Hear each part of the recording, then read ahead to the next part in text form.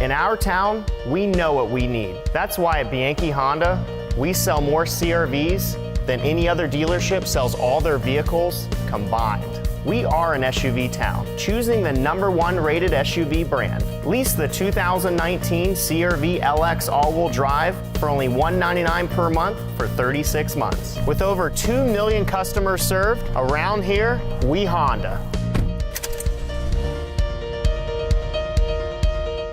Time now for the Gannon Golden Knights Coaches Show. He is the head coach, John Reilly. Welcome back. Appreciate it. 1-1 since we last spoke, but you took down Slippery Rock, who is the lone team to beat IUP this year, and they were on a 12-game run, so something went well that game. Well, yeah, we've been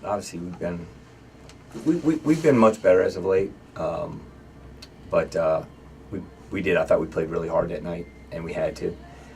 We had a lot of our bench. I thought was great coming off the bench. All those guys contributed well, and that night we did a great job on the glass. We took 5 charges. Had a lot of assists. We just played well. It was just a really good all-around effort. You put up a lot of points, but is it fair to say you kind of frustrated Slippery Rock? They couldn't get the ball into the interior. It was defense. Well, usually we've been up and down as a team, but defensively, even though we're not as good as what I would like us to be, and we still make some mistakes, we've been pretty solid, with the exception of a game here, a game there. And I thought we defended really well that whole game. At the end, called a couple fouls on 3-point shooters, whatever. But overall, I thought we did a great job defensively, and they have very good players. They're well coached, and we had to play well in order to have a chance in that game, and we did. Kevin Dodds, he took a beating in that game. He hit the ground a couple times. Yeah, I mean, I don't know if he took a beating. No, he gives out. Yeah. Yeah, he gives out a beating, and he's a big, strong guy. He's a young guy, and obviously we're a much better team when he's playing. Right. That forward rotation, it seems like there's somebody now. It's Cyril who seems to be banged up, so it gets to be tough. But you just go with what you got. It's been a challenge. And. We play with the players that we have, and obviously the players we have are good enough, and that's all we can do. Fustine, you're still getting 100%. Did you expect the offensive output? I think it was 5 of 7 last game for 3. You're talking about the Seton Hill game? Yeah, well, I skipped ahead to Johnstown. Joe spends a lot of time in the gym, and he can make perimeter shots. But the thing that's earning Joe the time is he's playing hard. He's making multiple efforts, and he's really committed. But then there's different, I guess, applications where his role's bigger in certain games, right? Well, yeah. I mean, some games are different. I mean, Joe's not very. I don't even know how tall Joe is. He's not very tall. Right. But mostly we play him at the 4 spot. That's a tough matchup against Slippery Rock, and that's why he didn't play as much in that game. And we had some other guys really step up. Game Saturday. And in most games, I mean, he's playing substantial minutes, and he deserves to. Guard rotation seems to be increasing. In fact, Javante Lee has gotten some minutes lately. He's trigger happy. Well, he's an offensive guy. That was whatever you want to call it. A lot of that was predicated on the fact that Kevin Dodds wasn't there. Gotcha. So when Kevin Dodds is not there, it changes some things, and then. Some guys that have been really, really solid struggled, and we had to try to go elsewhere, and that's just what we did. Yeah, certainly the game took on a different look. But with Kevin Dodds, is that something you had to adjust to? I guess what I'm saying is you prepared that week expecting to have him, I assume. It is what it is. I've done this a long time, and I've never seen some of the stuff I've seen this year, but we have to roll with the punches, and we just have to go with what we have. And my biggest disappointment about Saturday's game was big deal that we beat a good team on Wednesday. Pitt Johnstown, I mean, even though we've been very successful against Pitt Johnstown, every year they've always been as good as we've been. And we've won down there a lot. I think that's the second time we've ever lost down there. And so it's a hard game whether we're the best team in the league or not. And I just thought mentally we did a really poor job of being ready to play the game. And practice, I thought they were pretty decent Thursday. Practice was pretty decent Friday. I thought they were locked in Saturday morning. But when that ball goes up, for whatever reason, Pitt Johnstown really took it to us, and that's a credit to them, their coaches. And we did as poor a job on the glass. We did as poor a job just defending in the half court, and defense has been kind of our staple.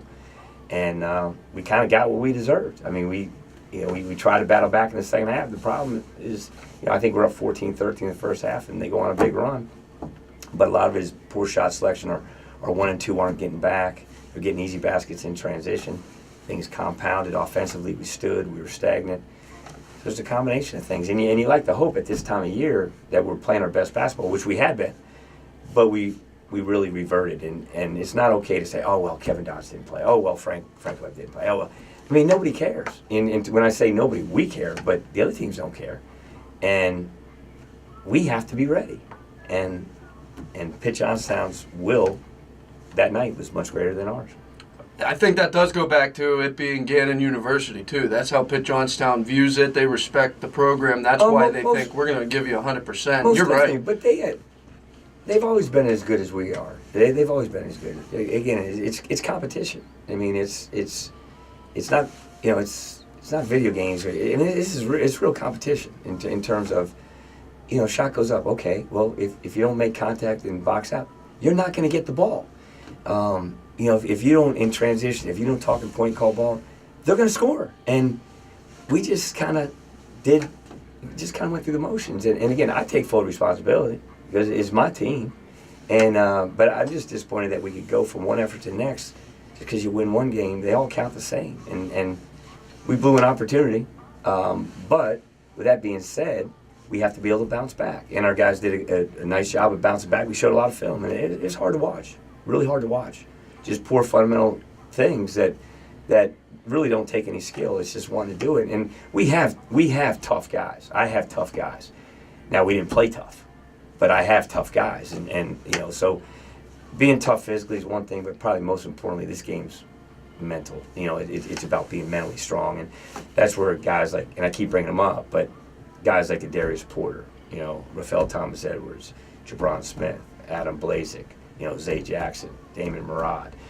That's like people don't see that side of it, but those guys are really, really strong, mentally tough people. And again, we have some, but we just have yet to be consistent with it. And that's where. So even though it's late, we have 7 to go. We can still get better, and most importantly, we need to get tougher mentally in terms of understanding the game plan, understanding what we need to do in order to be successful. We're definitely good enough. It's funny you bring up video games. We covered the Super Bowl, of course, around here, and after the 13-3 game, Patriots, they win it by doing what they do well consistently for the past 18 years or something like that. And the phone lines are quiet on my show yesterday. People, they're bored. They were bored with a defensive matchup in the Super Bowl. But Bill Belichick, who's been doing this a long time, accomplished exactly what he wanted to. Right, and you shouldn't be bored. I mean, it's people who don't know football. To me, it was great. Old school football won. Old school football won. And it was well played. It wasn't. No doubt. Defensively, tremendous. And I've always, Bill Belichick's probably my favorite NFL coach. I followed him the whole way, and it's neat because I grew up in Bowie, Maryland, and he was a little bit older than me, but he grew up in Annapolis. So I've always followed him. I started following him really closely when he was with the Browns, and that was when newspapers were really big, and I was getting the Plain Dealer every day, and I loved what he would say and comments in the paper and how he went about things, and for whatever reason, I guess they felt he wasn't good enough in Cleveland, and I'd like to also believe that he's probably grown a lot as a coach, which he has and he talks about, but to me it's beautiful to watch. But it's neat because you have a guy like Julian Edelman, and there's so many other guys but they just blend in and they're part of the team, and the team's obviously bigger than the individuals. And hey, if guys are late, go home, see you later. Right. If Malcolm Butler, whatever he did in the Super Bowl, hey, I don't care if anybody was pissed off. Coach Belichick had a reason why he did, and he stuck with it. You got to respect that, you know. And it's either this way or it's the highway. And so I respect that. Obviously, the Rams were very good, and but it's hard to root against. To me, it's hard to root against New England because I just love how they approach things. It kind of goes back to that unrealistic, I think, view of sports, though. It's a video game culture, you know? Yeah, well, you know, I'm not a video game guy. I'd rather, you know, when I was growing up, I was in the gym. You know, I was competing, I was playing real life stuff, and you know, whatever. I'm not, that's not how I want to spend my time. Sure. And unfortunately, you know, society's definitely changing. But that's not what I want to be part of. All right, Seton Hill, Hammermill Center, Wednesday night, 7:30. What do you got to do to beat them? It's going to be, you know, we beat them down there. We had a great second half, but it's going to be a challenge because when we beat them, they didn't have their best player. And their guard plays really as good as anybody's in the league. I'm watching film. They're up 10-0 on IUP. IUP is one of the best teams in the league. So we have our hands full. I mean, we have to play at a high level, defensively, rebounding wise, because they can make shots. And again, our whole thing is we have to be tough, but most importantly, mentally, we have to be tough, and we have to compete every single possession with multiple efforts to have a chance in this game. He's John Reilly. Appreciate it. My pleasure.